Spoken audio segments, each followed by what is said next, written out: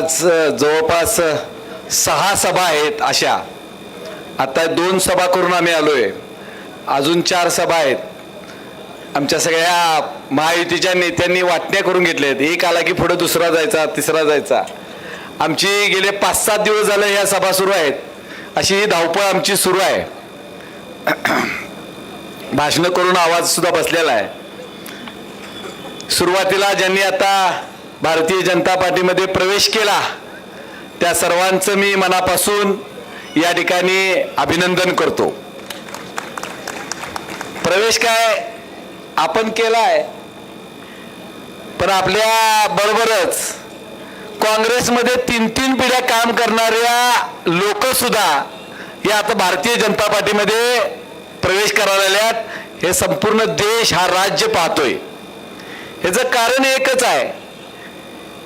ह्याचं कारण आहे आज जी भारतीय जनता पार्टीची घोडदौड आहे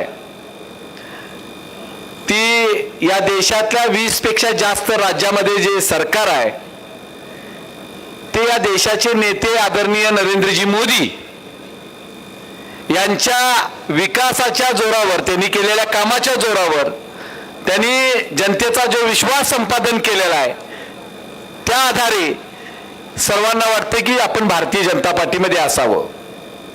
आजच्या या कोल्हापूरच्या पंचवार्षिक महानगरपालिकेच्या निवडणुकीमध्ये प्रभाग क्रमांक 20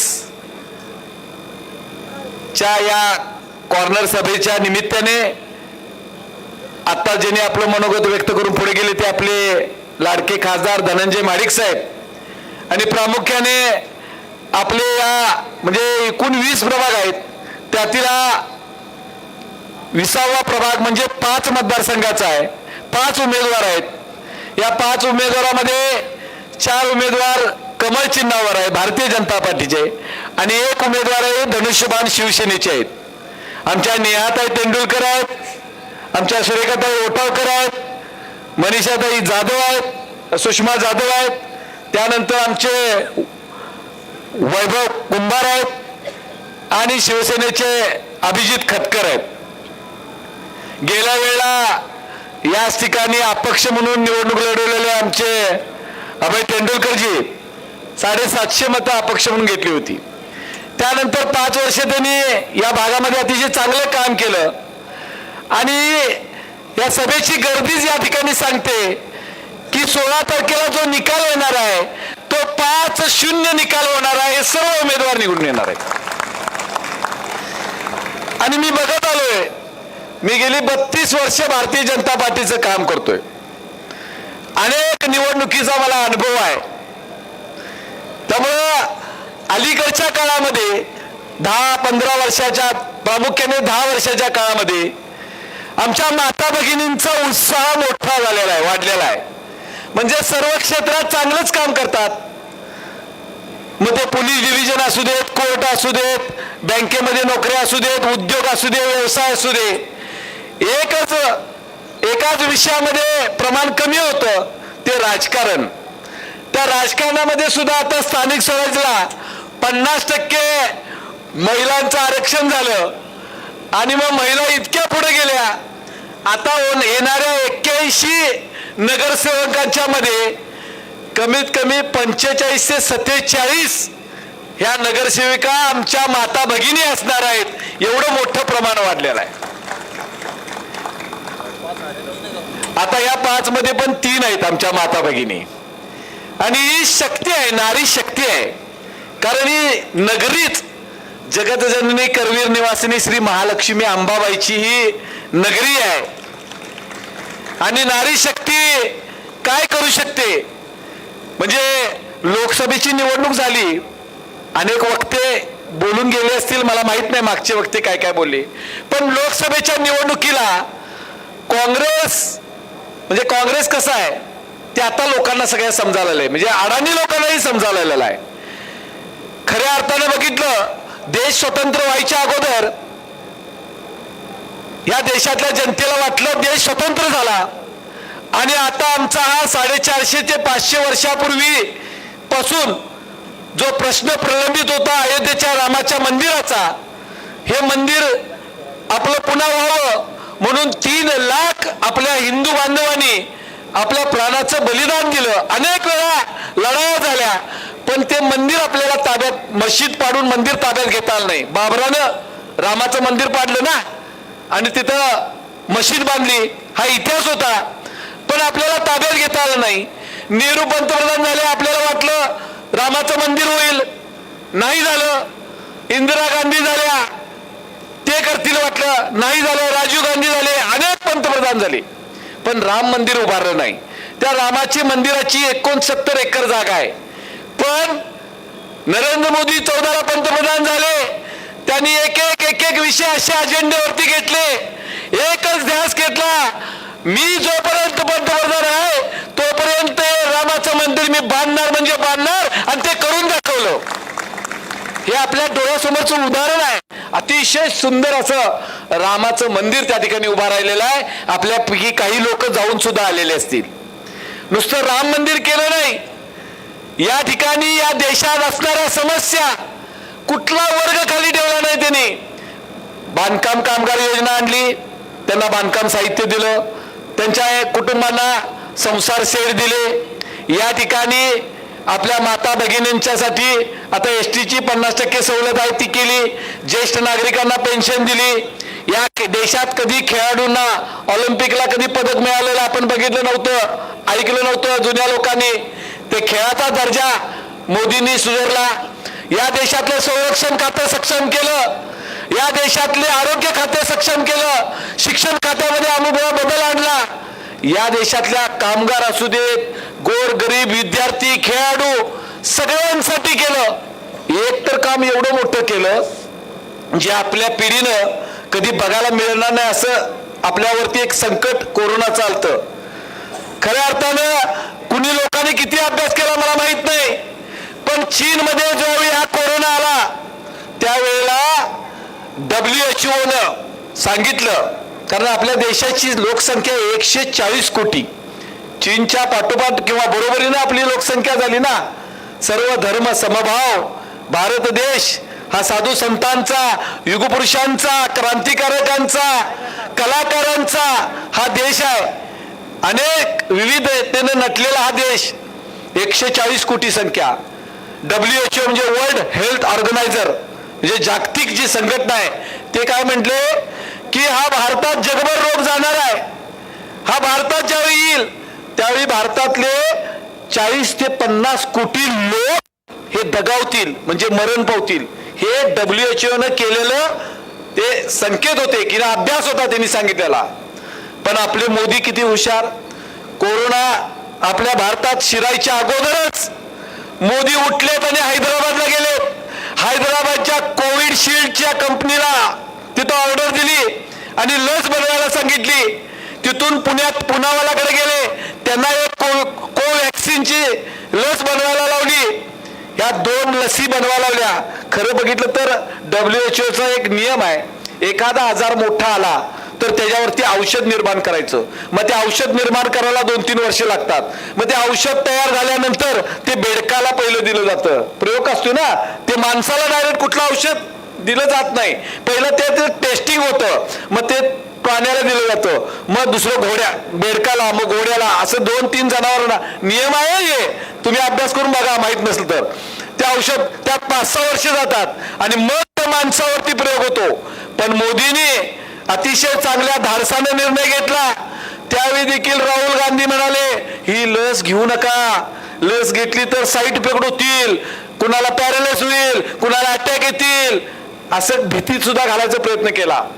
आणि एवढंच जर मोदींना वाटत असेल तर मोदींनी पहिल्यांदा स्वतः लस घ्यावी हे म्हटले राहुल गांधी.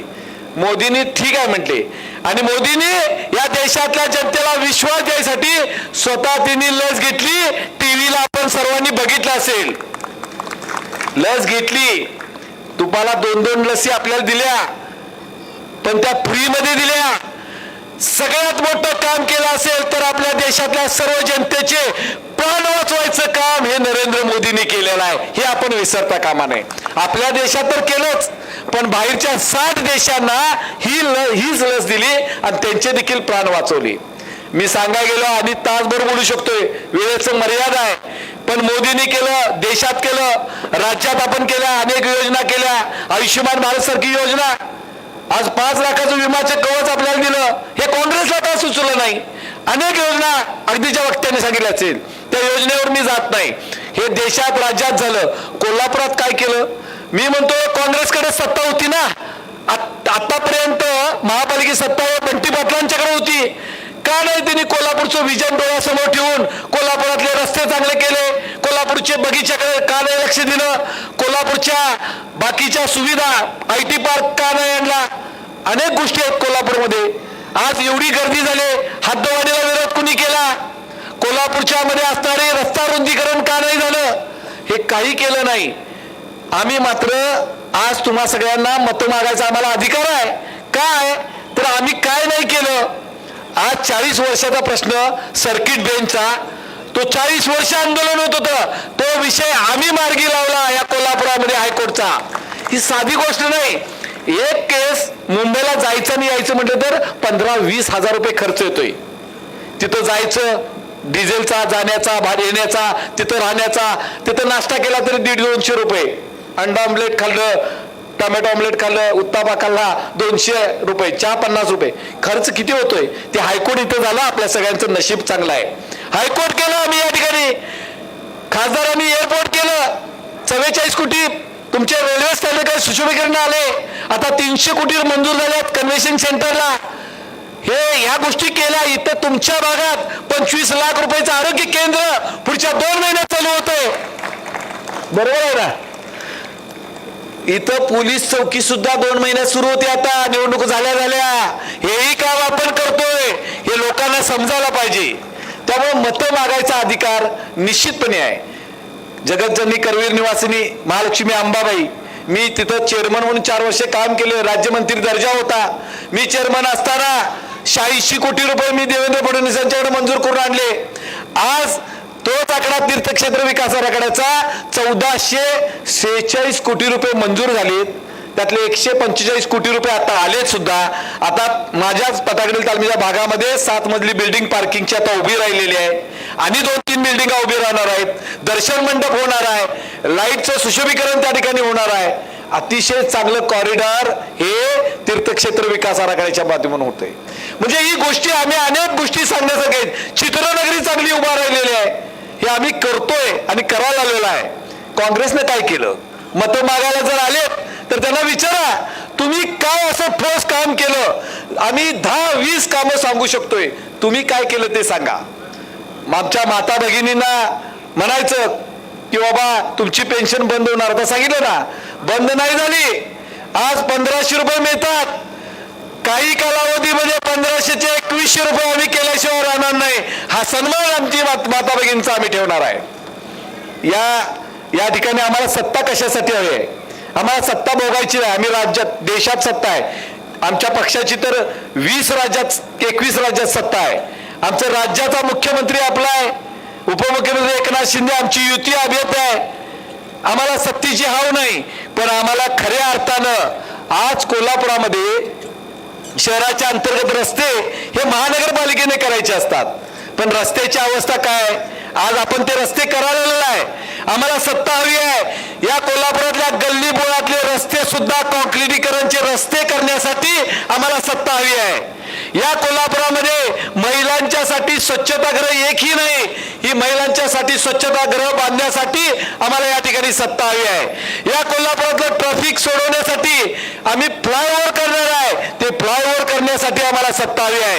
या कोल्हापुरातले ग्राउंड असतील, बगीचे असतील, हे निर्माण चांगल्या पद्धतीनं करण्यासाठी आम्हाला सत्ता हवी आहे. या कोल्हापुरामध्ये आपण म्हणतो, आपले मुलांना आपण शिकवतो, खऱ्या अर्थानं आई वडिलांना ते समजतं. आपण खूप काही चांगलं शिक्षण देतो आणि प्रत्येक पालकाला वाटतं ना, आपला मुलगा डॉक्टर व्हावा, इंजिनियर व्हावा, वकील व्हावा.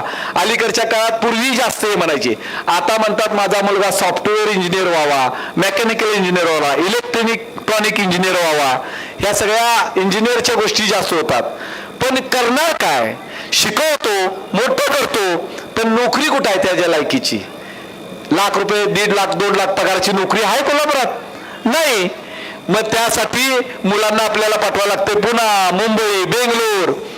अमेरिका, लंडन, कोल्हापुरातली 15 ते 20 हजार मुलं पुण्यात आहेत. नुसती पुण्यात 15 ते 20 हजार मुलं आहेत.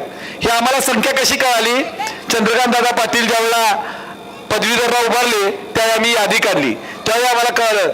त्यावेळेला 2008ला पहिली दादा पदवीधर रडले त्यावेळी 10,000 मुलं होती पुण्यात, 10,000. त्यामुळे ही मुलं पाठवावं लागतात बाहेर. का उपयोग? बाहेर पाठवले 15 वर्ष 20 वर्ष तिकडच, काही जण स्थायिक पण होतात. त्याला काय अर्थ नाही, त्याला कुटुंब म्हणू शकत नाही आपण.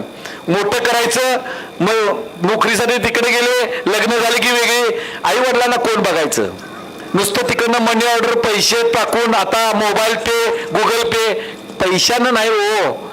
आई वडिलांना आपली मुलं आपल्या जवळ लागतात.